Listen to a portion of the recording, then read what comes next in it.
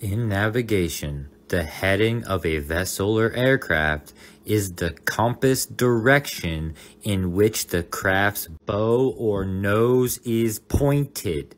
Note that the heading may not necessarily be the direction that the vehicle actually travels, which is known as its course or track. Any difference between the heading and course is due to the motion of the underlying medium, the water or air, or other effects like skidding or slipping. The difference is known as the drift and can be determined by the wind triangle. Your heading is subjective and based off the orientation arrow of your compass, not your compass needle, which is constantly being pulled to the center. We just navigated for the second time, maintaining our heading for all you goddamn Arnie Grape redacts that don't understand the difference between subjective heading and the objective measure that is your compass needle. A compass doesn't work when there are two magnets pulling on it. The magnet in the middle is a constant pull. It creates the force that pulls your compass needle towards the north. Your compass must be spin freely in a circle on a pivot and make it go backwards so it shows it, so that it can do east-west cylindrical navigation. That's how navigation works. The torque on your needle is created by the flux vortex of the magnet. The compass needle can be stamped with an N because it only points north. It's only being pulled one fixed direction to the center source magnet. The magnetic field, the electromagnetic ether that exists around us, is constant. The pull of your compass needle is constant. If you have your compass sitting on a shelf in the other room, it's being pulled to the north by the magnet in the middle. If there's two magnets, the compass doesn't function. It doesn't work. It needs to pivot so that it can spin freely to do east-west circumnavigation for cylindrical coordination. Okay? This does work. This doesn't work. The south magnetic pole that doesn't exist would have to be constantly pulling on your needle.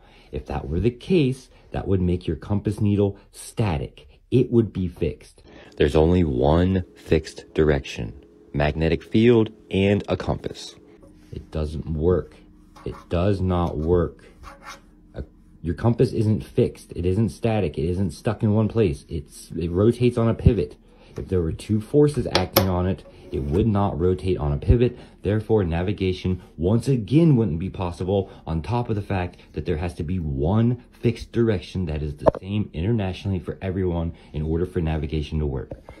So if this is a globe from the top down and there's a South Pole magnet, guess what? It doesn't work. If it can't spin freely, it's not functioning. The pole of your compass needle is constant. You live in a magnetic field that is constantly pulling towards the center. If you have a south magnetic pole magnet that's also acting on your compass, that means your compass would be static, fixed, never rotating, never pivoting, because there's only one up and down on your compass then, or, north and south or whatever.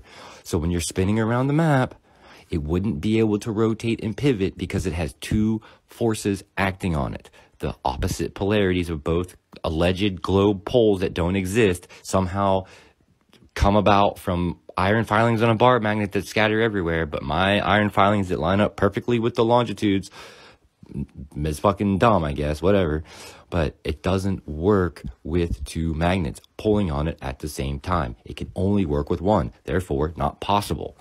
So the nothingness explosion that created infinite, ever-expanding nothingness, and this spherical Earth that is majority water, but somehow it can contain water, curved water on the exterior of a sphere, which no one's ever seen curved water before, because the law of physics is that water always finds its level. At rest, water is level. There is no curve to water.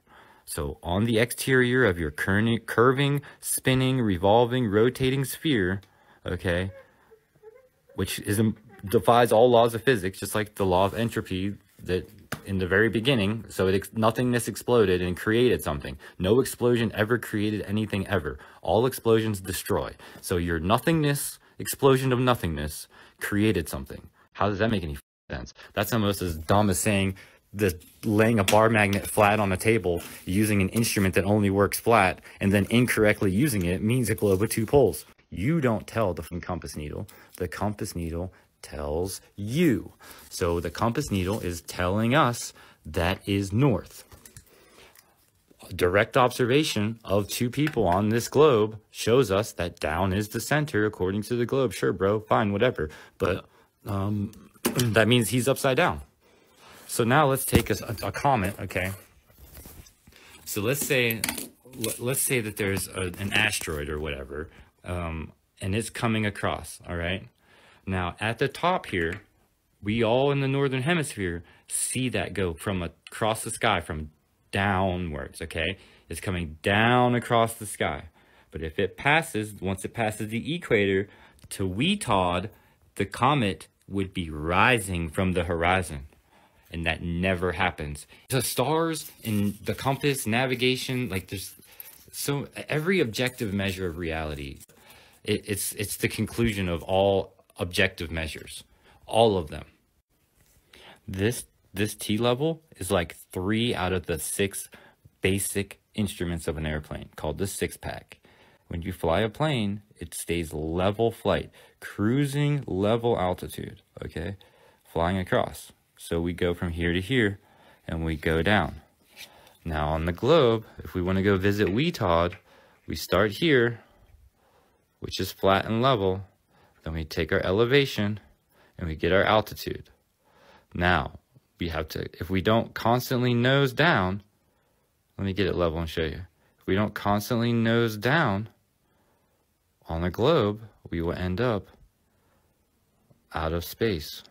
So on a globe, on your airplane, you would have to compensate for this curvature.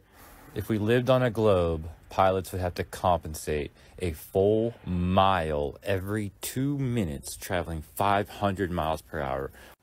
And that never happens.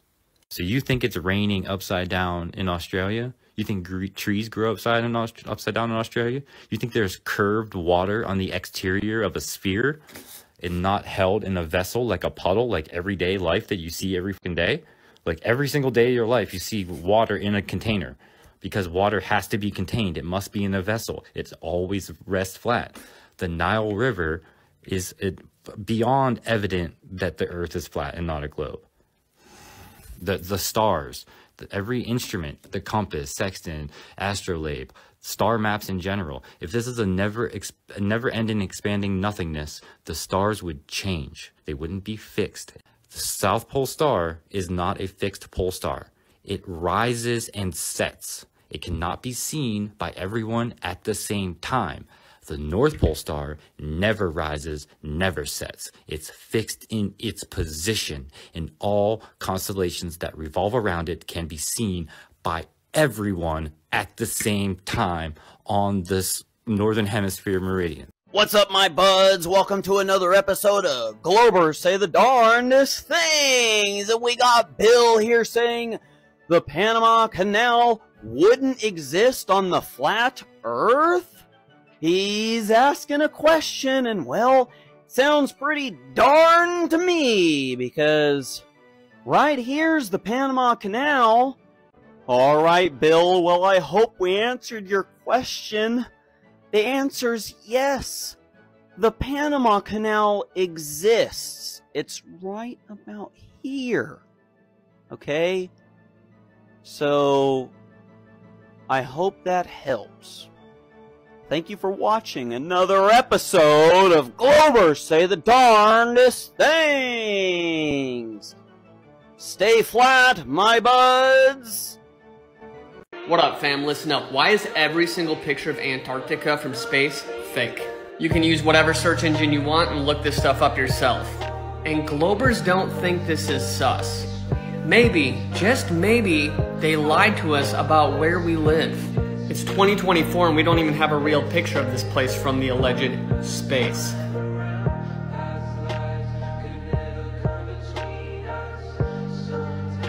So what my question is how many coincidences do you guys need to believe in to stop believing in cartoons? Because believing in this stuff is the adult version of believing in Santa Claus. It's time to wake up, guys. I understand when people can't understand certain things like perspective. That's fine. Not everybody gets it, but there are people out there commenting on my channel that not only don't understand it, they're arrogant and rude and saying, I don't understand it. I'm the one explaining it to you. So if you did understand it, why would you keep asking me questions like, why are the stars spinning in an opposite direction in Australia than in North America? Because people ask me that over and over and over again and say that they've researched the flat earth model or the atomic model of the world. A torus field spins above you, okay? If you researched it, you would know the answer to that question. Clearly, you have not. So, I'm going to answer it for you now, and I'm going to put it very simply in this demonstration. Granted, the last time I did this with a fan, some guy said, that's a ceiling fan, love. Like, I'm so stupid, I don't know it's a ceiling fan, for one thing. But yes, a ceiling fan can demonstrate perspective. I don't need to actually go outside and look up at the stars to show you perspective. I'm going to show you how it works. That's the North Pole. The blades represent the stars moving out to the outside of the disk. They're moving right to left, above you. The blades above you are moving right to left. You turn around and you look to the south from the southern hemisphere. You're looking south. What was that?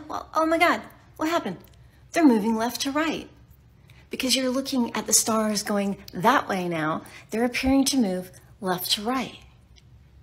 Okay?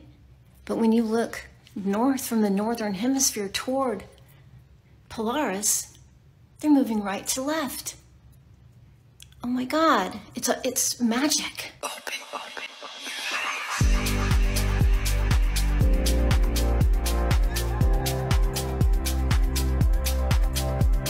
Things we read, either religious or non-religious, we have to match that with what we're experiencing in reality. In reality, planet Earth is spherical. No, bro, nope.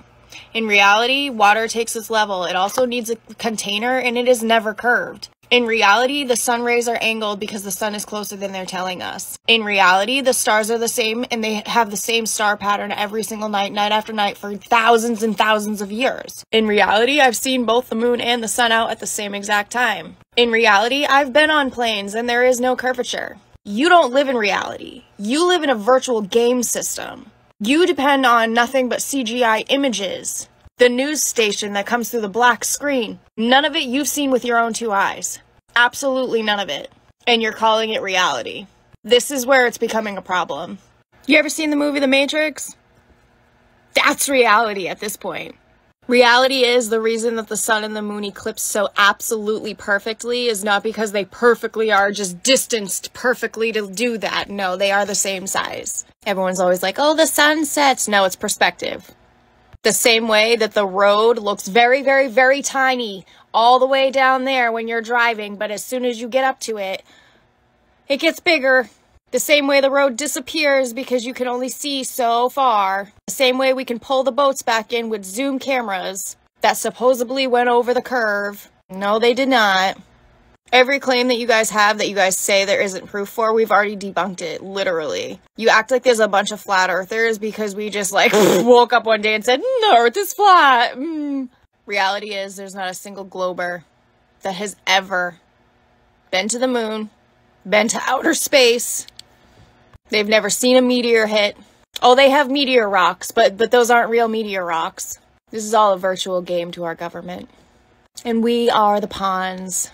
And the longer you stay trapped in their ideology, they have you. They have you exactly where they want you. Brainwashed and following like sheep.